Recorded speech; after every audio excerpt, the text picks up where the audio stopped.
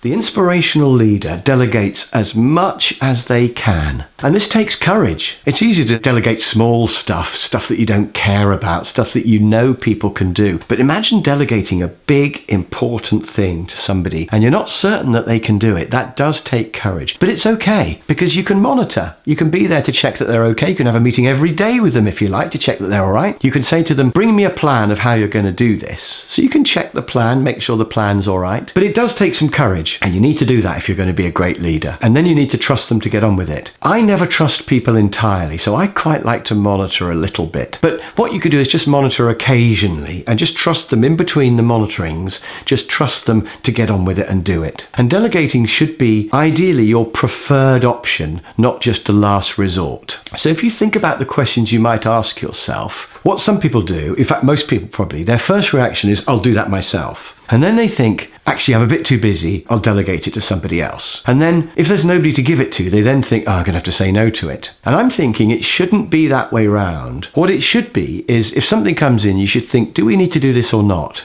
Shall I say no to this? If it gets a yes, we're going to do it, then your first thought should be, who shall I give it to? So delegating comes next of who shall I give it to? And if there's nobody who can do it, then you've got to do it yourself. But you've almost failed if you've got to do it yourself. So as you do that job yourself, you should be thinking, next time I'm going to delegate this to somebody else. So who can I train up? How can I make sure that somebody else does this next time? You might even want to get them to work with you on it as you do it, so that next time you can give it to them. But there is a third order, which I think might be the best of all, which is delegate, no, do it yourself. So what you could do is your first reaction should be, okay, this job's come in, who shall I give it to? If there's nobody to give it to, then maybe I can say no to it. But certainly your final choice, almost failed, is when you have to do it yourself. So I think delegating perhaps should be the first thing you think. Okay, job's come in, who shall I give this to? Now, what about if the people you're thinking of giving the job to will not do it quite as well as you? I think a really good guide is if they can do it 80% as well as you,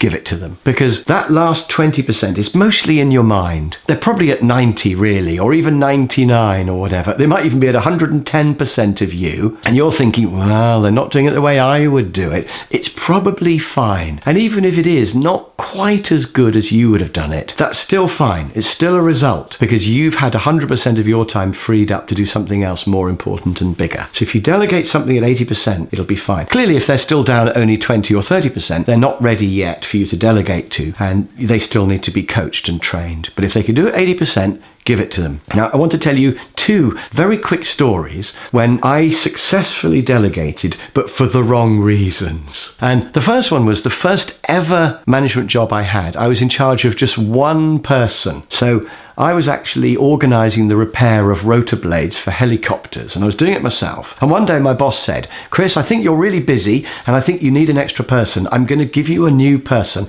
He's called Keith. Don't be frightened of him. He looks a bit scary, but he's a good guy really. So I remember Keith arriving, and he was huge. He'd been a nightclub bouncer before coming to work for Westlands, and he filled the doorway and he turned up and he went, morning, Chris. And I remember I was only about 22 or something, and I was terrified of him, and I said, morning, Keith. And he said, what do you want me to do, Chris? And I said, well, whatever you like, really. What do you want to do? And he said, well, I've been thinking about these rotor blades, and I think we should have a big board on the wall, because this was before computers, really, before spreadsheets. He said, we should have a big board on the wall with a pin for each one, and we'll move it along so we know where it is in the system. And if it hasn't moved for 2 weeks, I'll put a red pin in, and then I'll go and chase the people up. What do you think? And I said to him, yeah, great, carry on. So I just let him do whatever he liked, and he did all the work. And he loved it. He was empowered. He got on with it. He was great. And I was thinking, he probably thought I was a great boss. And certainly I delegated everything to him, but only because I was frightened of him, which is ridiculous. But it worked.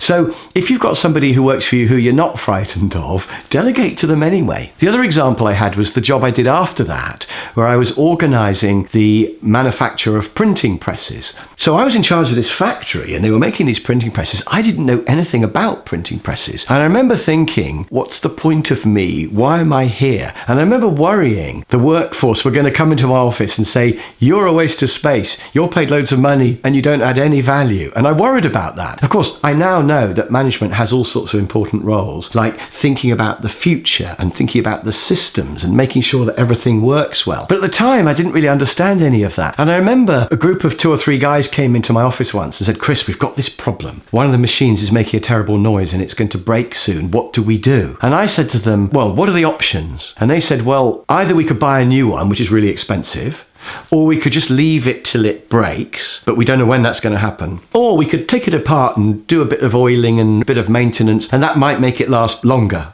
It's worth a try. And I said, well, which one do you think we should go for? And they said, well, we think that third choice. We think do a bit of maintenance, see what happens. And I said, brilliant, go for that then. And they said, thanks, Chris. And off they went. And I remember thinking, this management job is easy because all you do is ask them what they think and then say, which one do you think you should choose? And say, okay, go for it. And that's what I did. So I delegated that whole problem, the solving of the problem and the putting it right. I delegated that because I didn't know the answer. And I was a really good delegator in that job because I didn't know the answer. If I'd been an expert, if I'd known everything, I probably would have been a control freak and I would have been telling them everything I wanted them to do. And I wouldn't have been such a good boss. So my point is, if you don't know the answer, you have to delegate. But if you do know the answer, you should still delegate. And that's more difficult, I think. So I just want you to think about all that now and just to think, do I delegate enough? What's borderline that I really don't want to delegate, but I'm going to? What do I know all the answers for, but I'm still going to delegate it to someone else? What can you delegate that goes against your natural inclination that you want to hold on to? Could you delegate it?